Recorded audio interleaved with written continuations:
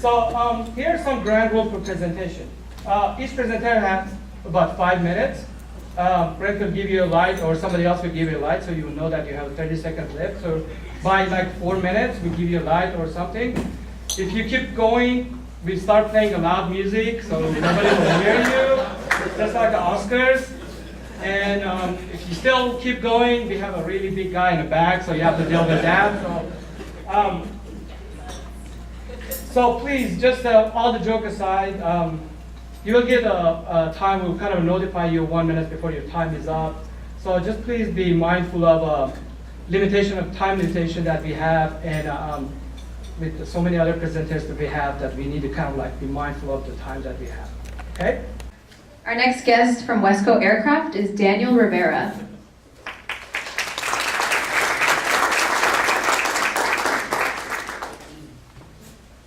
So it's Dan Rivera, Director of Supply Chain over at Wesco Aircraft in Valencia.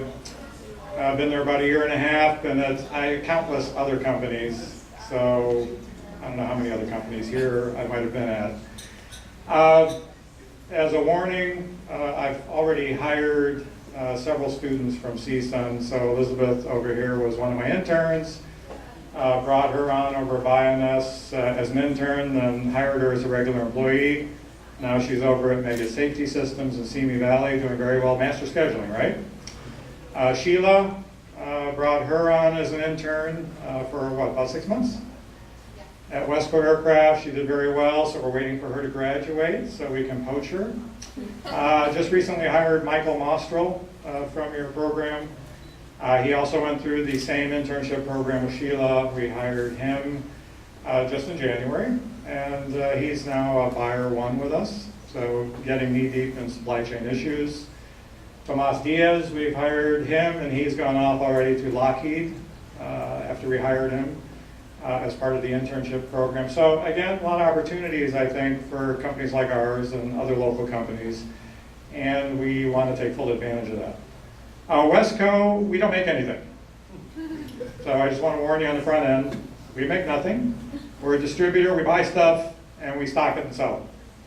So from a supply chain management standpoint, it's supply chain management on steroids. So a lot of our problems are tied into supplier performance, which is a lot of times abysmal. So we have to keep after them, find creative ways to get them to perform on our behalf. A lot of it's also procurement and how we negotiate for better pricing, how we line up supply, how we guarantee capacity, how we support our OEM customers. Back to the quality element that was brought up just in the previous presentation. In aerospace, we're under AS9100, which is the ISO 9000 version for aerospace. Kind of the same, but with layered on requirements tied into aerospace OEMs. So go ahead. Our core focus is on sourcing. Lean logistics really means that we try and make things very convenient for our OEM customers like Bell, Boeing, Lockheed Martin, Rolls-Royce, companies like that.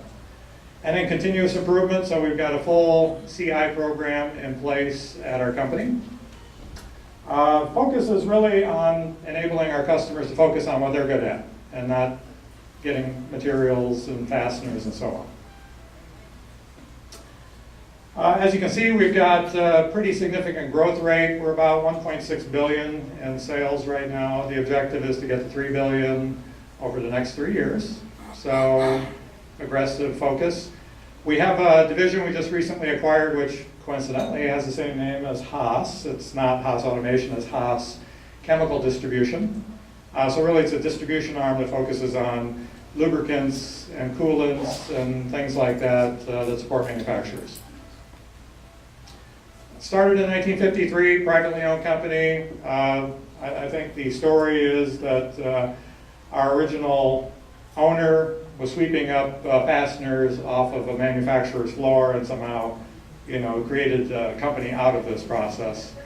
Bottom line is we've grown through internal growth and also through acquisition. It's a big industry, aerospace. It's projected to grow very seriously over the next 20 years, a doubling of the aerospace fleet. So Boeing, Airbus, basically doubling the number of aircraft they produced to date. So a lot of growth in that area, not just with us, but a lot of our companies that support us. This is our footprint globally from sales, distribution office standpoint. And next slide is actually a quick footprint of where our supply base is. So you can see most of our supply base is in North America. Next slide shows where they're at in the United States. So most of them are in Southern California. So the bulk of our suppliers are in Southern California, and that's where the industry grew up with the Boeings, and post-World War II, a lot of the aerospace companies like Lockheed that have since gone other places.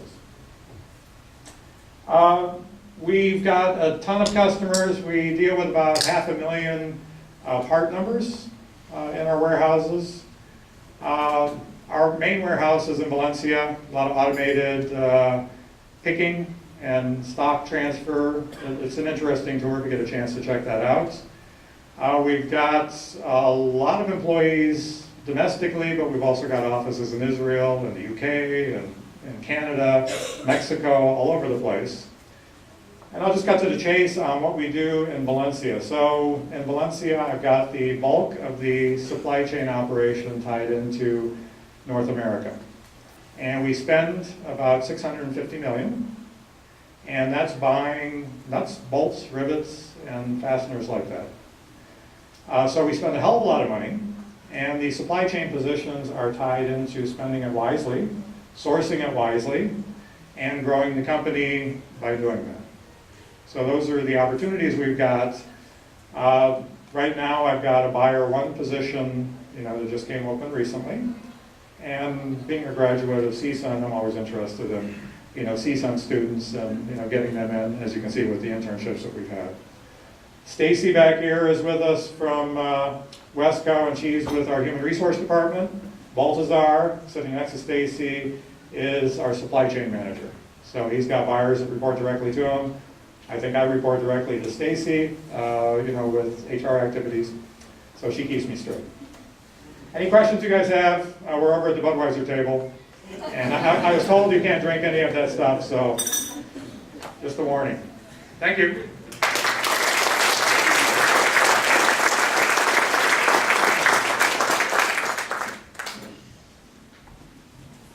Our next two guests from the San Fernando Valley chapter of APICS, Elizabeth Gates and Catherine Devaney.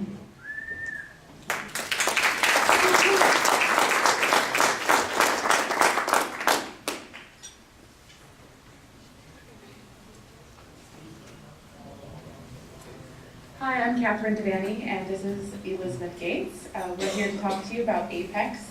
We did sit on the student board and now have transitioned to the professional board, so I'm happy to be back here talking about APICS. APICS is the global leader and premier source for knowledge in operations management, including production, inventory management, supply chain, materials management.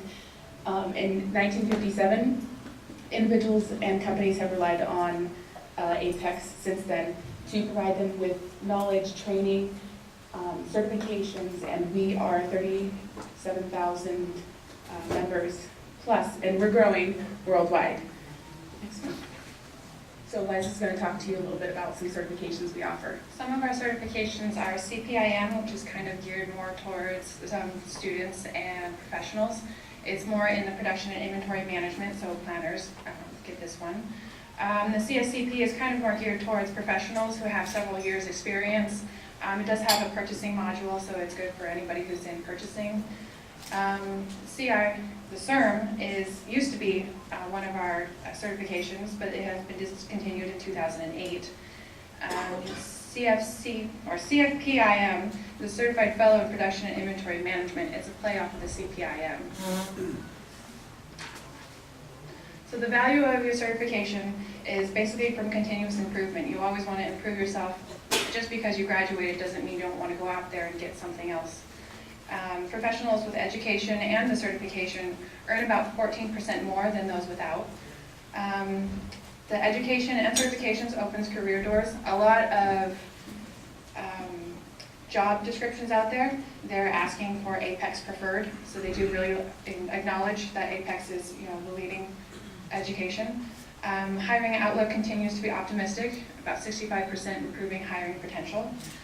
This also narrows the skills gap with the CPIM or the CSCP between education at the college level and then also getting a certificate. It's definitely helpful for networking. You never have too many people in your network. It's how I kind of got my job over at INS. Job postings are exclusive on our San Fernando Valley website too. So there's a member perk. So I'm here to talk a little bit more about membership, and if you don't know, APICS membership for students is free, so let me say that again, free! And as you transition into becoming a professional board, we do have a transitionary as the young professional at a reduced cost, and then obviously we would like you to become into the professional and just, network, get a little bit more access to knowledge, get certifications, be active within APICS. We also do offer an academic membership for APICS, so all of you professors out there, come see me at the booth, we'll talk to you more. Moving on. So some student opportunities, mentor friendships, again, it's a lot about networking, getting to know the people that you're going to be working with in the future. We also offer professional development meetings, which are they're fun. You get to meet more people, you get to learn new things. I know one of the ones that I really liked was owning the room, talking about how to, public speaking and the presence that you bring when you walk into a room.